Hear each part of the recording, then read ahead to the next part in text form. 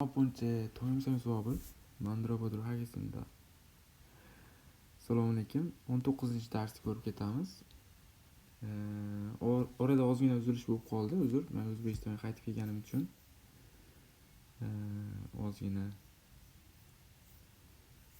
orada uzilish bo'ldi. Uzr so'rayman. 19-darsda davom ettirib ketamiz. Bu yog'iga davomlasa ikkita kitobdan ketyapti. Hozir kitob darsliklarimiz. Bitta asosiy darsligimiz bu Sovutda kitob. Sovutda kitobdan tashqari yana bitta kitob o'tyapmiz. Yonsa kitob. Buni gruppada kanalga tashlab qo'yganman. Ikkita kitobni o'tishimiz sababi bittasida grammatika, ozgina speakingi bor. Bittasida o'sha hayotda ishlatib ko'ramiz. Real hayotda ishlatishga yordam beradigan kitob ikkinchisi. Praktika qilish uchun haqiqiy ishlatiladigan joylarini bir ko'rib ketish uchun ikkinchi kitobda ham ko'rib ketyapmiz. Ikkita kitob.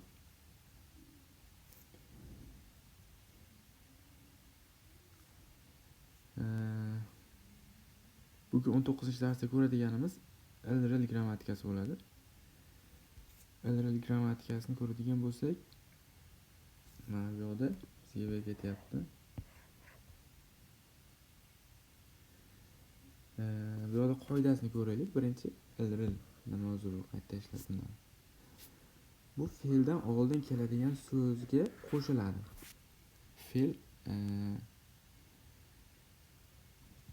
Fe'l oldidan keladigan tushum qo'shimchasi hisoblanadi. O'zbek tilida ni ma'nosini beradi. Misol uchun bu yerda ko'radigan bo'lsak, o'zbek tilida ham bor-ku. Masalan, bu yerda beryapti kitob ni o'qimoq. Bizda o'qimoq mana bu fe'l, to'g'rimi? Harakat, fe'l. Aytyapti-ku fe'ldir. Fe'ldan oldin keladigan mana bu ni bizda tushum qo'shimchasi hisoblanadi o'zbek tilida. Masalan, koreys tilida ko'radigan bo'lsak, chegil ilgoyo. Kitobni o'qimoq. Kitobni o'qiyapti. Nimani o'qiyapti? Kitobni o'qiyapti. Nimani yeyapti? Ovqatni yeyapti. Mana shu holatda ni borki, aysi so'zni grammatikani bugun o'rganib ketamiz ekan. Masalan, filmni ko'rmoq. Yong'aril bayo. Kinoni ko'ryapman. deb mana shu holatda ko'rib ketsak bo'ladi. Endi bu yerda aytyapti-ku, fe'l har doim esda qolsin. LRL kelgandan keyin har doim undan keyin fe'l kelishi kerak. Bu otga qo'shiladi. Undan keyin albatta fe'l kelishi kerak. Harakatni obyektni ko'rsatadi. Misol uchun ishlatilishini ko'radigan bo'lsak, bu yerda mana berilib ketgan kitobda o'zida berilgan. Endi biz bu yerda soddaroq qilib tayyorlaganman. Buni ko'radigan bo'lsak, undosh bilan tugasa otimiz undosh bilan tugasa l qo'shamiz ekan. Chek. Undosh bilan tugayapti. Chekil. Ilgoyo. Kitobni o'qiyapti. Agar unli bilan tugasa otimiz ril qo'shamiz ekan. Ril. Yong'aril kinoni mana shu holatda ishlatamiz. Ishlatilishini ko'rib ketdik. Otga qo'shiladi. Agar undosh bilan tugasa unli bilan tugasa ril qo'shiladi. Unchalik qiyin narsa emas. O'zbekchada ni deb tushunib ketsak bo'ladi. Yo'da ikkita odam suhbat ketyapti. Shuni ko'radigan bo'lsak, "Tigim mo'yo. Hozir nima qilyapsiz?" "Hangorul kumbeyo. Koreyschani o'rganyapman. Koreyschani o'rganyapman." Koreys tilini o'rganyapman. Ni ko'ryapsizlarmi? Ni deb aytib ketyapman. Mana shu holatda ishlatamiz. Endi bu yerda misolni ko'radigan bo'lsak, To'nin ko'p yil mashoyo. Men kofeni ichyapman. Men kofe ichyapman. Kofeni ichyapman. Ya'ni kofeni ichib turganini aytyapti. Stipen chegil ilgoyo. Stipen kitob o'qiyapti.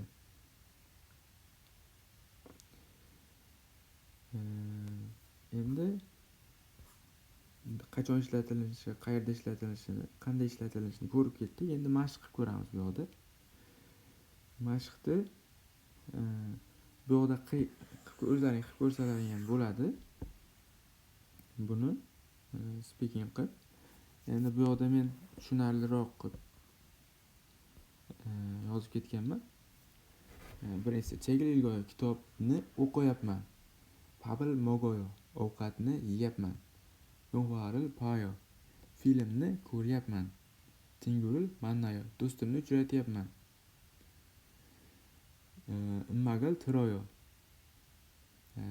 musiqani eshityapman, tinglayapman. Murul mashoyo suvni ichyapman. Yonjiril soyo xat yozyapman. Xatni yozyapman.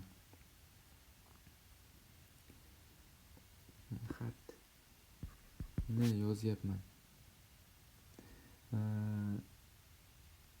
Hamkoril qumbeyo koreys tilini o'rganyapman. Sagoaril sayo olmani sotib olyapman. Kompyuterni sayonyo kompyuterdan foydalanyapman.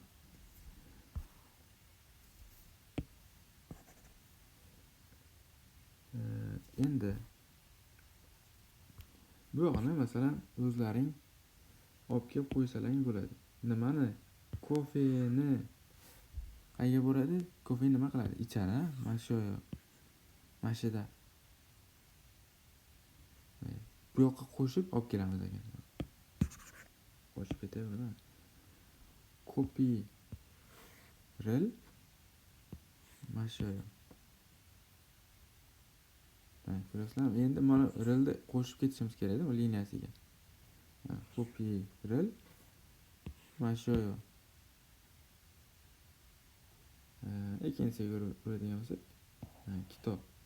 Chegil ilgoyo bo'ladi. Kitobni o'qiladi. Kitobni o'qiyapman. Ilgoyo. Mana shu holatda o'zlaring tuzib ketsalaring bo'ladi. Bularni tarjimasini hozir tushuntirib ketaman. Hango koreys tili, pija, pizza, poda, ko'rmoq, sada, sotib olmoq, moqta, yemoq, mashida, ichmoq, itta, o'qimoq, pevda, o'rganmoq. Bularni tarjima qilib o'zlaring yodlasalaring bo'ladi. Oson so'zlar, unchalik qiyin joyi yo'q. Endi bu yog'ini bir ko'rib ketamiz, speakingini.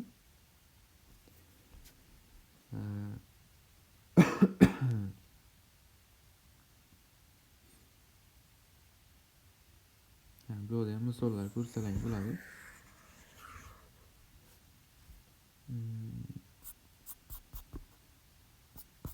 Xuddi tepagagi o'xshaydi, ozgina farqi bor buni ham.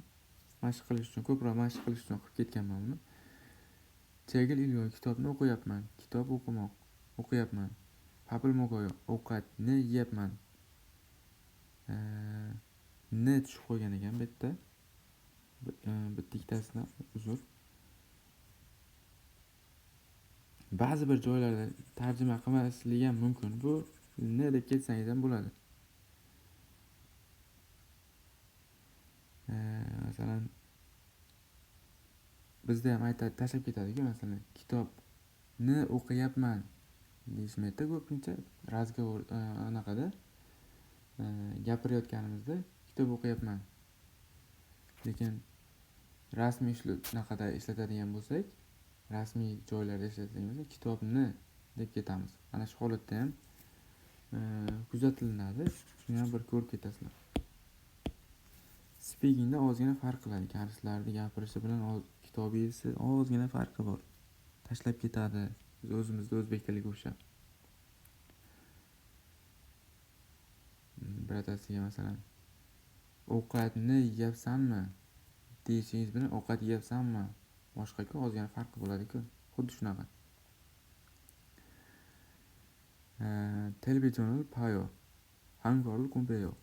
친구를 만나요. 영화를 봐요. 음악을 들어요. 편지를 써요. xat yozmoq. Sagovarni sayo. Olma sotib olmoq. Mana shu holatda praktika qilib o'zlaring gap tutsalaring ham bo'ladi. Endi stipendni speakingi bor. Stipend bilan Marikoni speaking qilishgan ikkalasi. Men bu yoqda o'qib ketaman. Bu audiosini o'zlaring eshitib ko'rasizlar. Stipend 지금 뭐예요?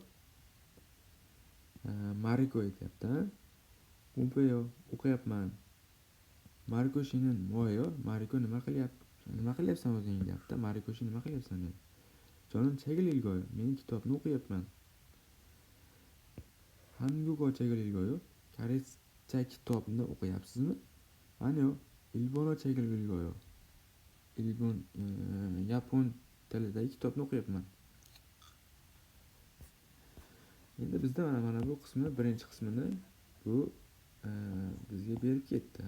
Endi bu yoq 2, 3 turda o'zlaring har doimgidek rangiga moslab qo'yib ketsalaring bo'ladi.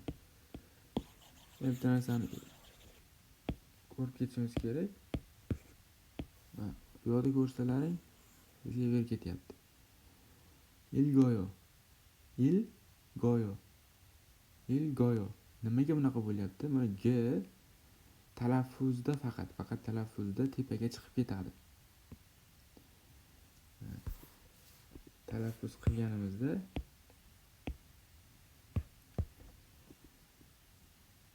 mana bu g tepaga chiqib ketadi.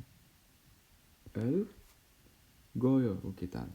Mana shu holatni ham bir esdan chiqarmasligimiz kerakligini bizga aytib ketyapti kitobda.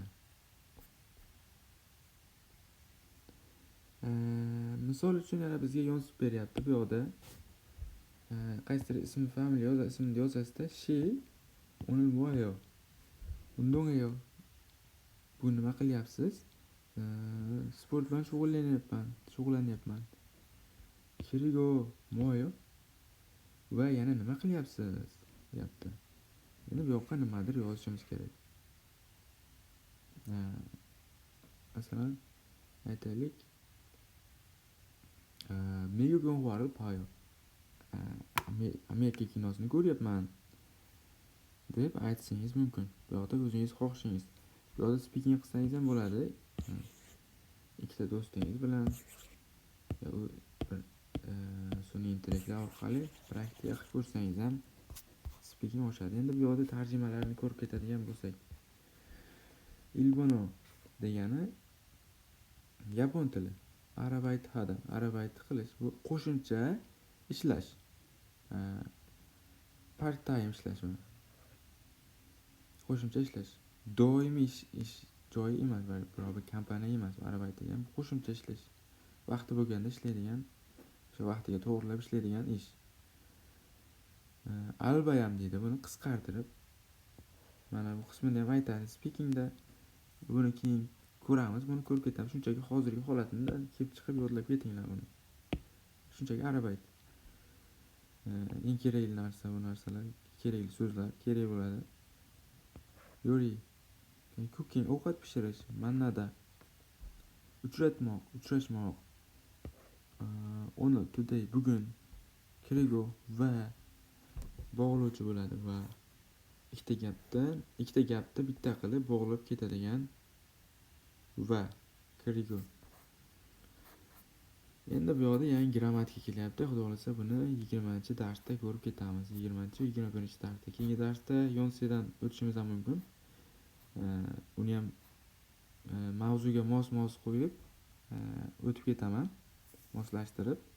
Chunki bitta kitob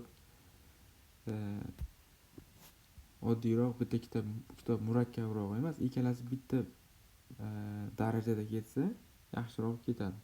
Men ham bir nazoratda olib ketaman.